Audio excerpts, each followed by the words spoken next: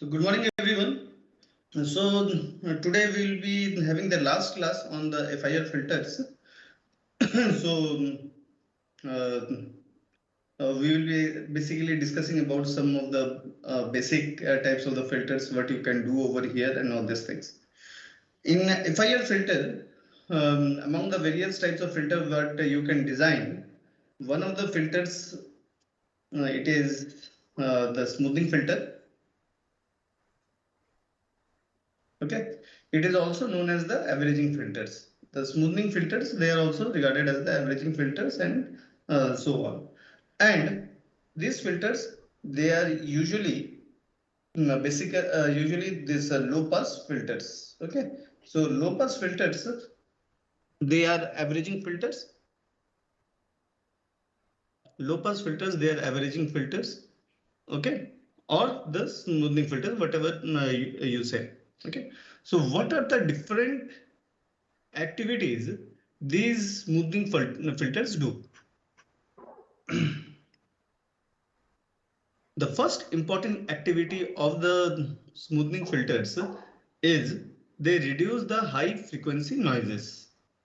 Okay, they reduce the high frequency noises which may come due to some environmental activities or whatever. Okay, then we can have they can reduce the quantization noises, they can reduce motion artifact, and lastly, as the name suggests, smoothing, they can smoothen the data, okay, where there are some variations. And then there is another application which is called power line interference. So what is power line interference? If you see in India, we have a 50 hertz power line, mains line. So any equipment uh, what we power, they get the power from the mains. Okay, so in many cases it has been seen that the 50 hertz signal from the power line, it enters into the signal component, even though the medical equipments and other equipments we provide proper shielding and all these things. Sometimes noises they gain entry into the output signal. So in those cases, what happens is that you need to remove the power line interference, and for that purpose, the notch filter it is used. So you can regard the notch filter as one of the special cases of the smoothing filter, and we will be seeing a bit later how a same filter can act both as high pass, both as averaging filter or the low pass filter and the notch filter. Okay.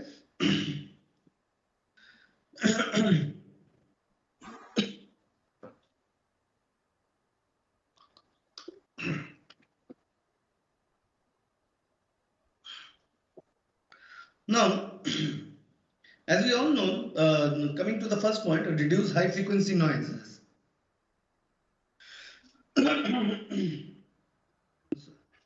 So in this case, what happens is that suppose you are having this signal.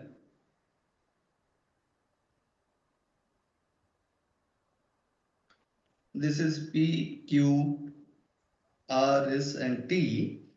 Somewhere along this thing, you get a spike.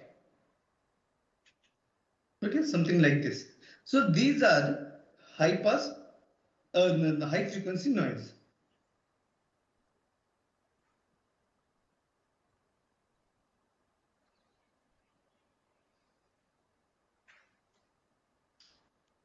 It may be bipolar over here, what I have shown. Bipolar means this noise is being present in both the positive half and the negative half, or it may be unipolar.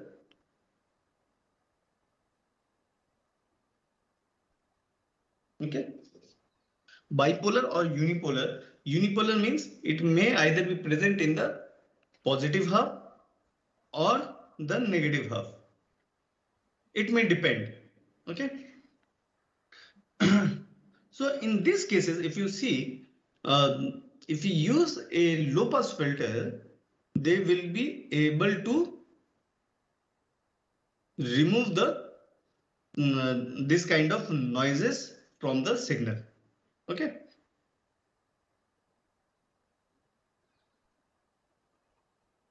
Remove means what I want to say, reduce. Not it cannot remove it completely, but it can reduce its effect significantly. Okay. So the next thing is the reduce quantization noises. What are quantization noises? We have previously discussed that when we are going for the digitization of the signal, first step is sampling.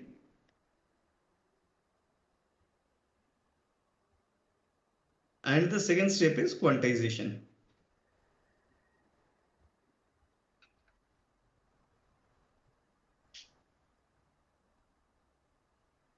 After the sampling, when you go for the quantization, we know that we can fix some levels.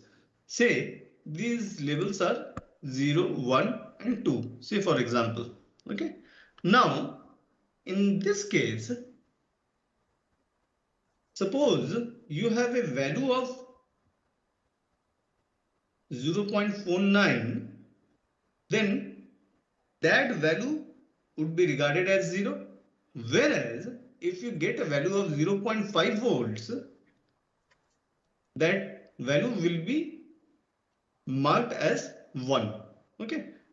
So, see, when we are going for this rounding off, even a difference of 0.01 volt, it may bring up so much difference in the values. Okay. So, this is basically incorporating the noise within the signal.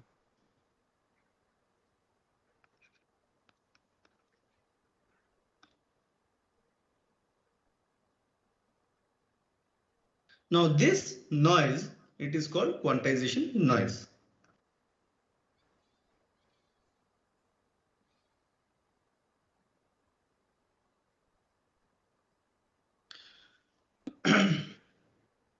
Now it has been seen that the smoothing filter, they can help in the reduction of the quantization noises. Okay. They can help in the reduction of the quantization noises. Now the next thing is the motion artifact. Okay, so what is a motion artifact? Say for example, there is a person who is admitted in a hospital and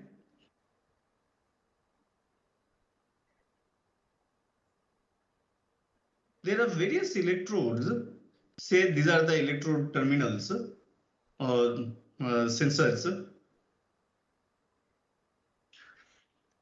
The number of sensors, say 1, 2, 3, 4 and 5. There are 5 number of sensors which have been placed over the body of the person.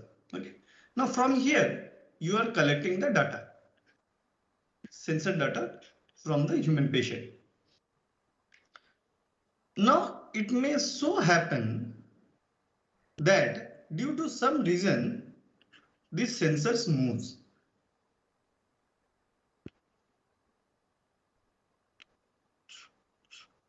When this sensor moves, you will find that there is a spike, momentary spike, which has been incorporated within the signal within the output signal, and that noise, it is called motion artifact.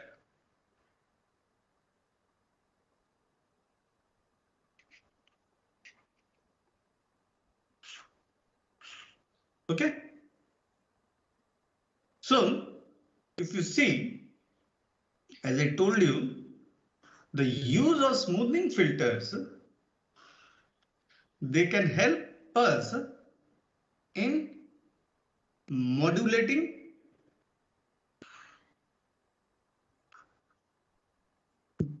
or in reducing the motion artifact within the sensor. So say for example, again I am taking the example of the ECG signal. Okay, so these are PQRST. Motion artifact signals can also be similar to the bipolar noise and all these things, whatever I have discussed. So, but this should be very high noise, high intensity noise. Okay, so it is also, if you see, it is also a kind of high frequency noise, but it is having a very large amplitude. Okay, so motion artifact may be usually identified due to its high amplitude as compared to the other high frequency noises which are coming into the signal due to some other reasons. Okay. Now lastly, smoothing of the data. Okay. Now say for example, I will take this example on the right hand side. Say for example, I have the time index and then I have the number of the students who are entering into the class.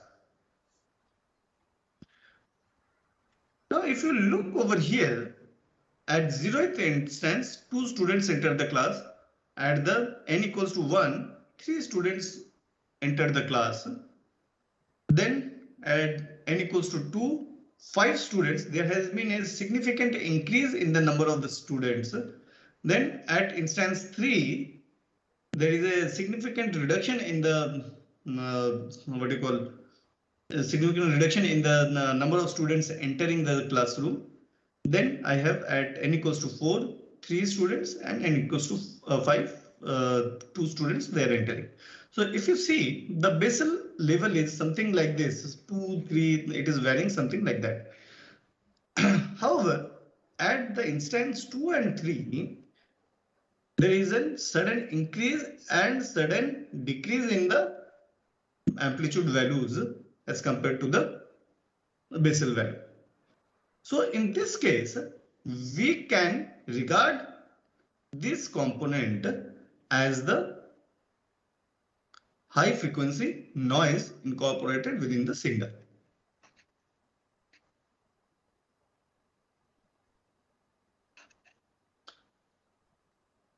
Okay. Also, if you consider this as a data, it can be seen that you are having a normal distribution and then you are having some high values and low values.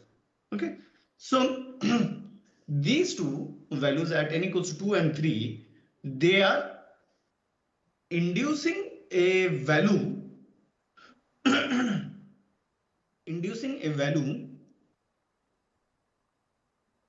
or introducing values which are resulting in the what do you call unevenness within the transition of the data with time. Okay, so if you would like to plot it over the n and the amplitude, which is basically the number of students entering the class, you will find that there is some minor variation and you are getting some baseline.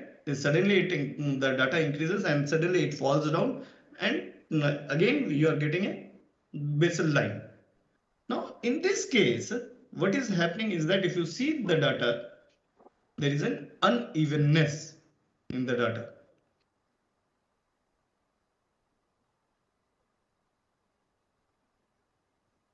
Unevenness in the data. Okay. Now the smoothing filters, they can help you out in overcoming this unevenness while you are acquiring the data.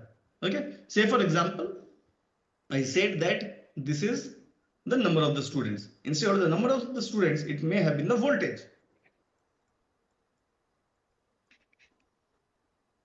What voltage? Voltage of the biopotentials what you are acquiring.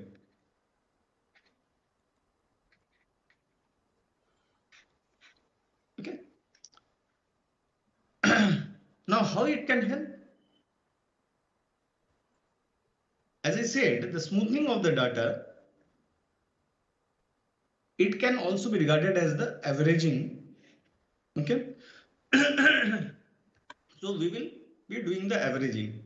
But the averaging filter over here, it is called, while you are acquiring the data, it is called moving averaging filter.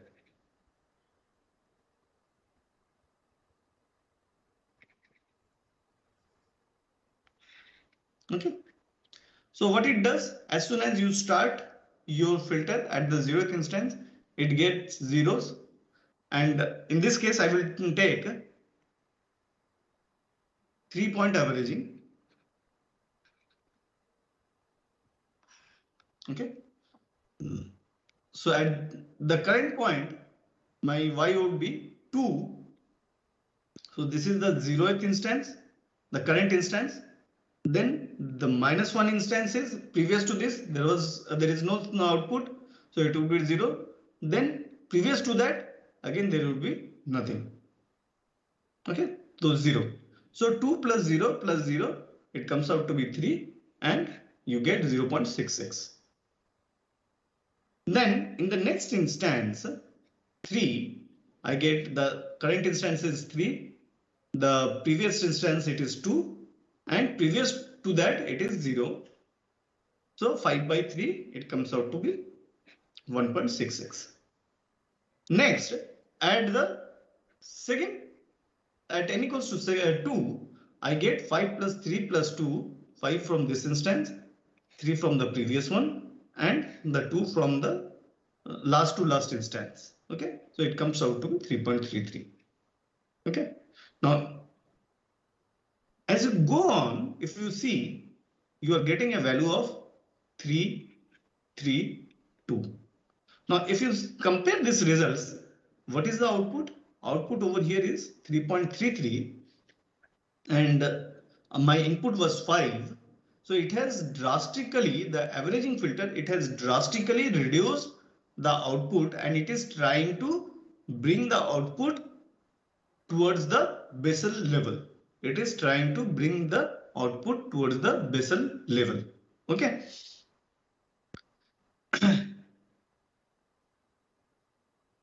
On the contrary, when we went for 1, if you see the value, it has come out to be 1, which is almost the basal level, which is the basal level basically. Okay. And subsequently you get the other thing.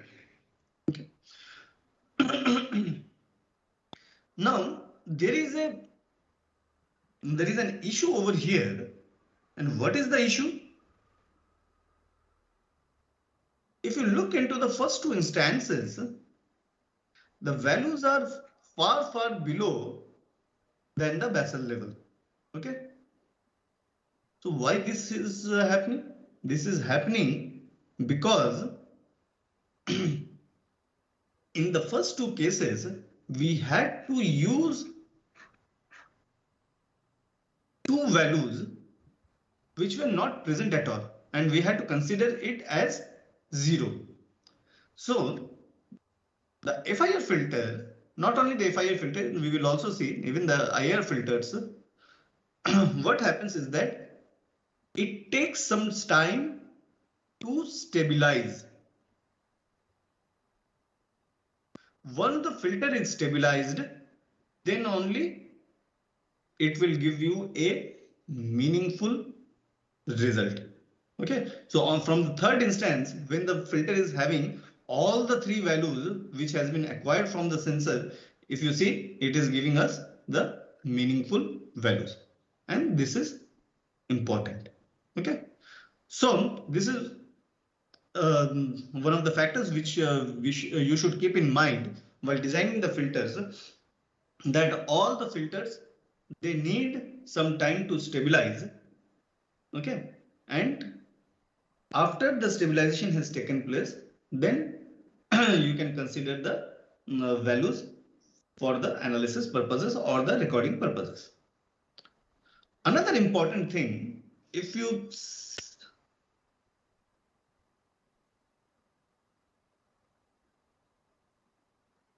consider over here, is that you should keep in mind, and it is one of the disadvantages of the averaging filter.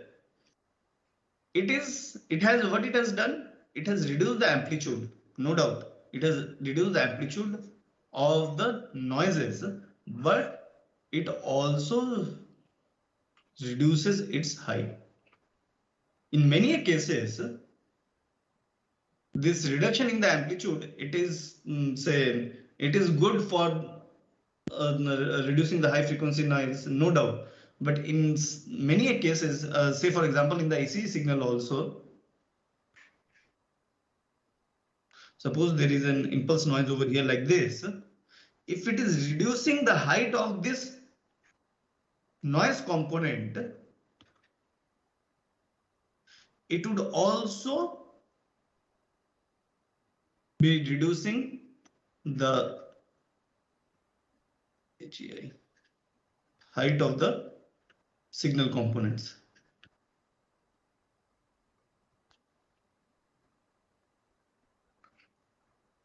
And this is one of the major disadvantages.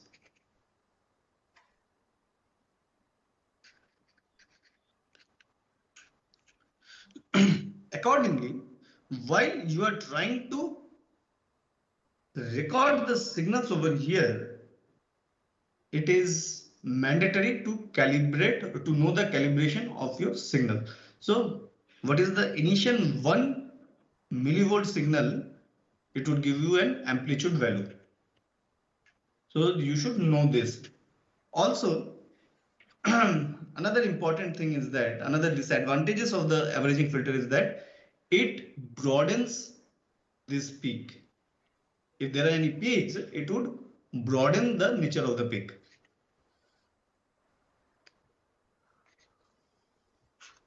Okay.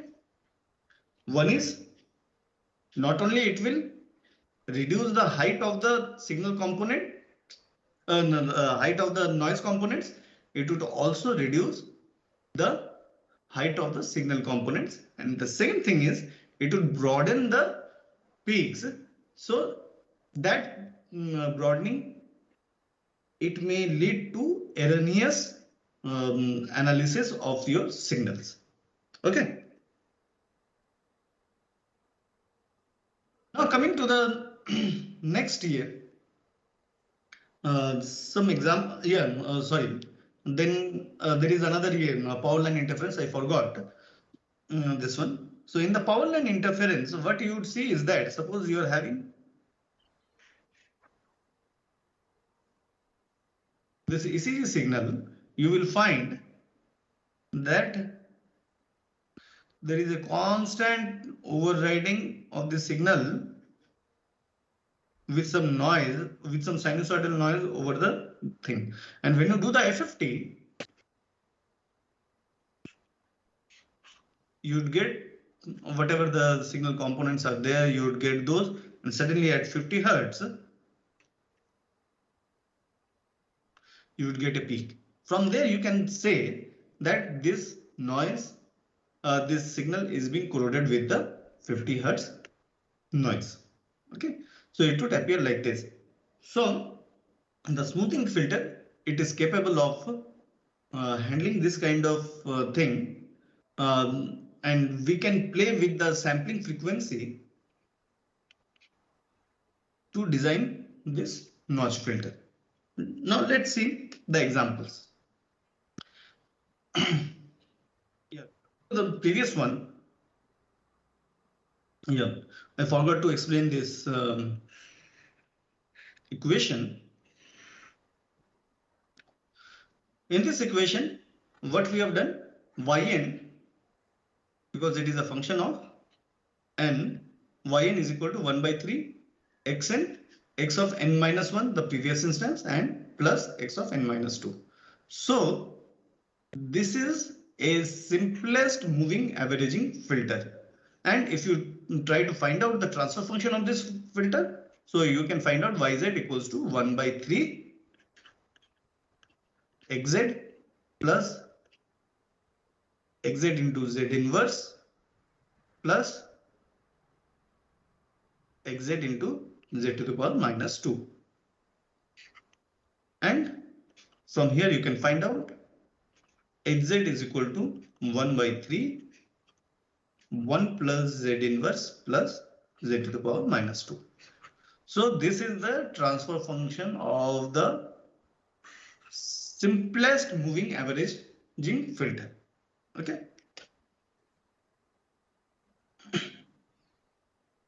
So smoothing filters.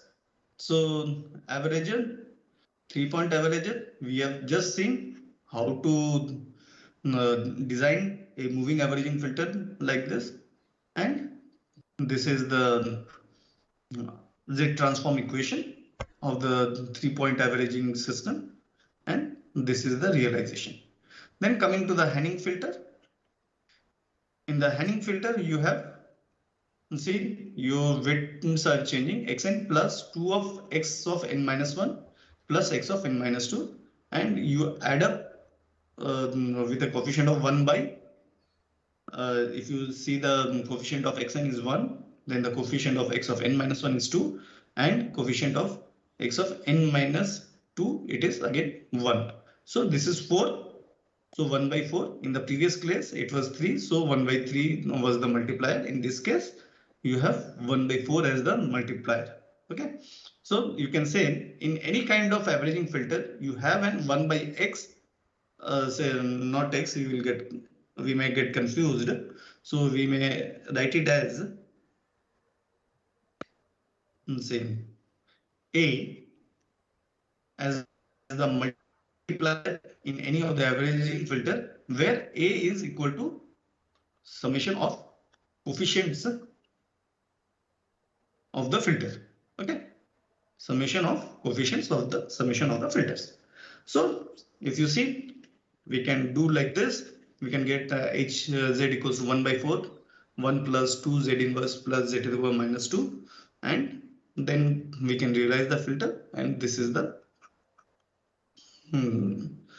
what you call the pole zero plot. Over here there are 2 poles at the origin of the filter, okay, and 2 zeros at pi, at pi.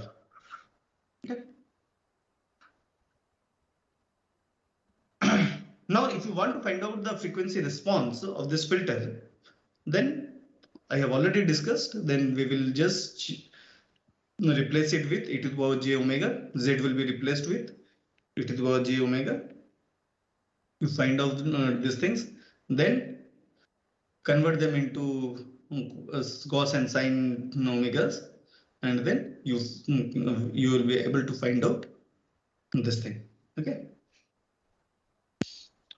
Now what is the amplitude response and what is the phase response of the filter? Then next filter is least square polynomial smoothing filter, and it is given by yn equals to 1 by 35, and these coefficients are there. So it comes out to be something like this. And if you want to find out this thing, so this capital L is nothing but n by 2, where n is the order of the filter. So if you see, if L is n by 2, then when L is 2, our n should be 4, and the length, it would be 5. So if you see, we are having 5 coefficients. Okay. Similarly, for L equals to 3, we have 7 coefficients. 1, 2, 3, 4, 5, 6, 7 coefficients. Okay. And all this coefficient, if you see, they are symmetric across the center point. Okay. So in this way, you can calculate, depending upon the what is the order of the filter, order of this least square polynomial smoothing filter, you can find out the coefficients. And you have to memorize these numbers, these tap weights. Tap weights, these are nothing but the filter coefficients.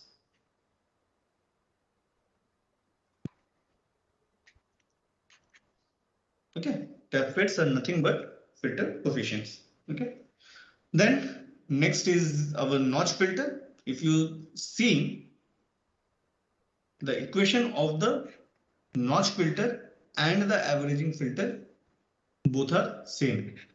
Okay. However, over here, if you see, we have mentioned the sampling frequency 180 samples per second. So this is because if you see the positioning of the poles are 0, so you need to manipulate the sampling frequency such that where we have the placement of the 0 at that position we get the 60 hertz or the 50 hertz power line interference with this component. In this case, we have considered 60 hertz because this example was taken from the biomedical signal processing by Tompkins, which considered the power line interference at the 60 hertz because in the Western countries we have 60 hertz power line interference.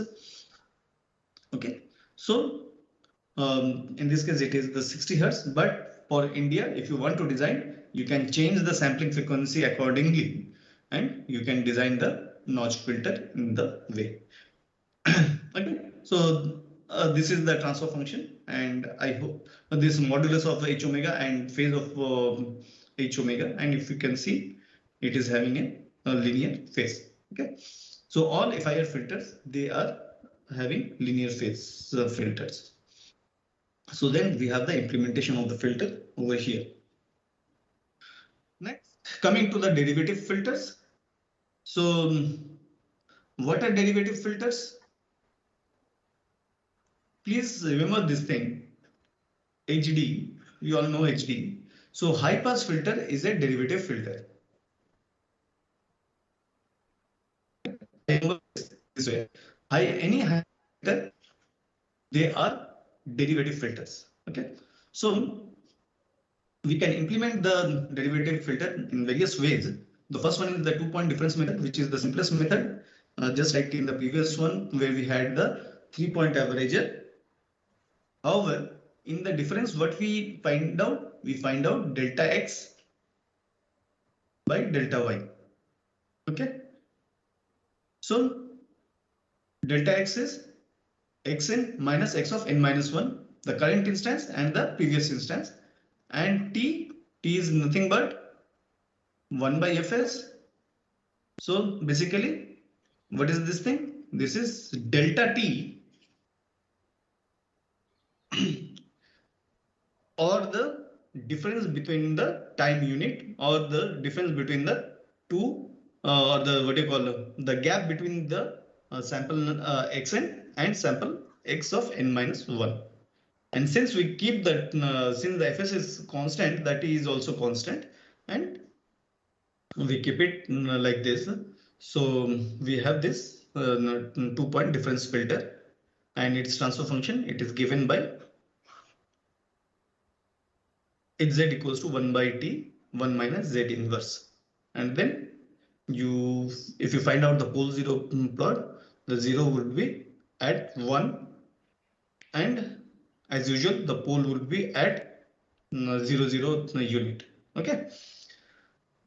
Now if you see, in this case there is no suppression.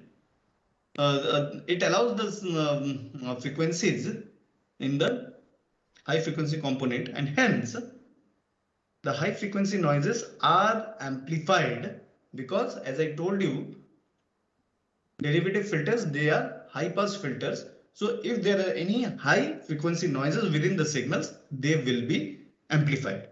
Okay. Then we have 3-point central difference filter. So it is given by xn minus of x of n minus 2. So if you have xn, then we have x of n minus 1, then we have x of n minus 2. Okay. Now we are taking this xn and x of n minus 2, and hence if you see this delta t, which we have taken in the previous instance t, it would be 2 of t. So because this is 1t, and the xn minus 1 and xn minus 2, there would be another t. So if you add up, we would be having 2t, and hence in the denominator we are having 2t. And the realization of the filters are over here like this, and at the origin we will be having 2 poles Okay. Now, in this case, if you see, we have a 0 at pi. Okay.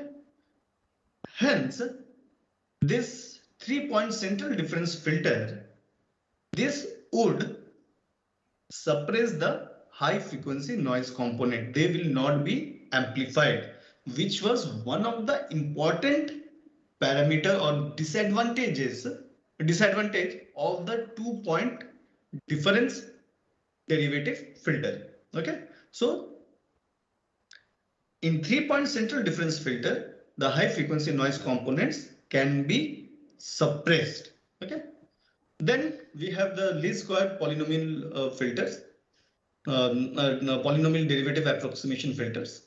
So if you see, we have the tabs and all these things, similar to the previous one where we had designed this least square polynomial smoothing filter. We have the similar kind of thing. So you have L, which is basically n by 2. Okay, so you have the lengths like this. Now, and one important thing over here is that if you see the central point over here, it is 0. Okay, the central point of this, the central coefficient, not point, the central point or central tap weight of this filter is 0, and the coefficients on the left hand side and right hand side, they are negative of each other. Okay, in the previous case, they were the same values. If you see, they are of the same values. Okay, 12, 12, minus 3, minus 3. Then across this 7, we had 6, 6, 3, 3, minus 2, minus 2. However, in this case, we have across 0, 1, minus 1, 2, minus 2. So it is basically, you can also regard it as this kind of filter as the gradient filters.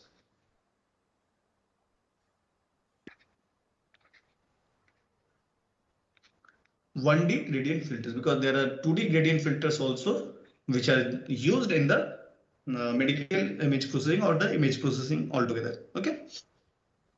Now, if I ask you to design a second derivative filter, how will you derive?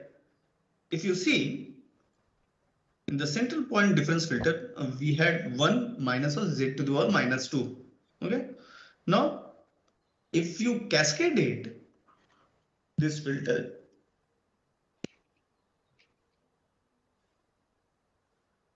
then you can get this value 1 minus 2 z to the power minus 2 plus z to the power minus 4. Okay, so you will be getting a value something like an equation something like this, not the equation, the transfer functions, the hz something like this, and then you can implement this filter. So the implementation of this filter may be either in the cascade form. I hope by now all of you know how to implement the filter in the cascade form. I have told you, first you need to implement the first one, and then the output of the first one should be given to the second filter. Or you can simplify this and you can design the filter using this exit where the equation has been solved, and you can get the second derivative filter. Okay, so basically how do we get the second derivative? Basically we do, suppose we are having x, okay, a function of x, we first do the dx by dy. Okay, then again if we do the derivative of this one, then we get the second derivative.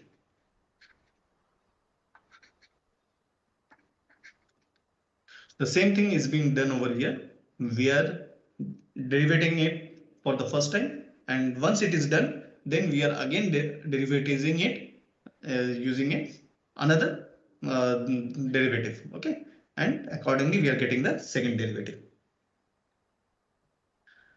So with this we complete the FIR chapter. if you guys have any questions, we can discuss. Otherwise, we will disperse for today.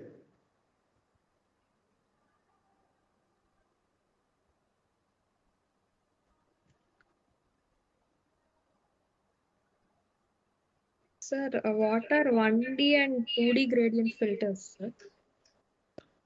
1D, these are 1D, one dimensional. So for n values equals to 0, 1, 2, 3, 4, 5, you are getting this amplitude values. Say 2, 1, 0, minus 1, minus 2. So this is only in the one dimension. But in images, you have two dimensions. You are having x and y. And this coefficient changes both in x and y. Those are 2D gradient filters. But here, the signal processing, we only have the 1D gradient. Okay.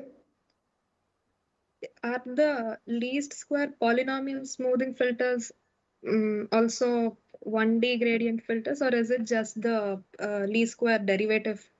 They are see, there is a change in the gradient. Gradient means when you go from a positive to a negative domain, or from a negative side to a positive side.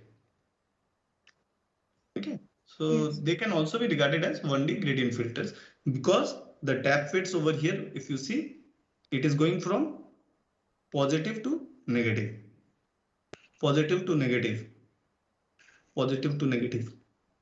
Here also positive to negative. Okay. Yes.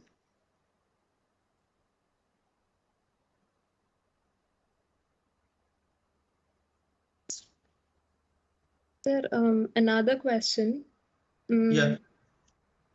Are reconstruction filters and smoothing filters same? Because reconstruction filters are also used for smoothing out the digital filters, and they're also designed using low pass filters, right, sir?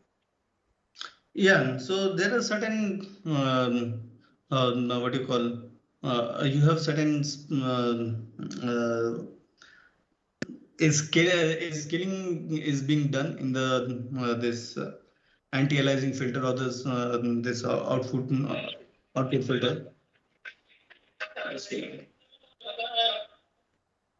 Okay, so there is certain criteria to use the this low pass filter as the what do you call quantization filters in the while you are digitizing the filters. Okay, so I have not gone into that details because that would have made the course much more lengthier.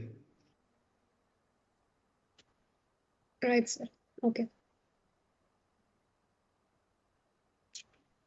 That is also. Thank you. Okay. So as far as I remember, there is a there has to be some scaling and all this thing while you are using this for while smoothing this digital outputs, right? The reason being, as I told you, smoothing filters they reduce the height of the filters and they there are some stuffs over there. And also another important thing is the taps which are being used, they are low taps, just like 3-point or 3-point averaging or 4-point averaging system. Otherwise, if you use more the values of the taps, or in other words, if you use a larger order filter, FIR filter, the more will be the smoothing effect and more will be the reduction in the height and more will be the broadening of the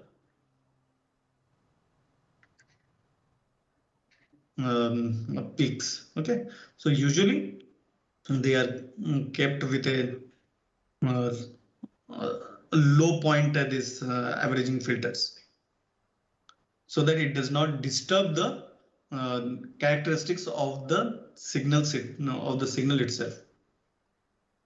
Okay.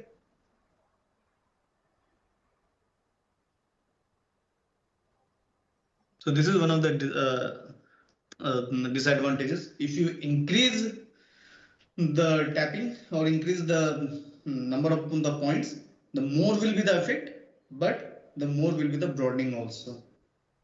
So somewhere you have to trade off with your activity. Anything else?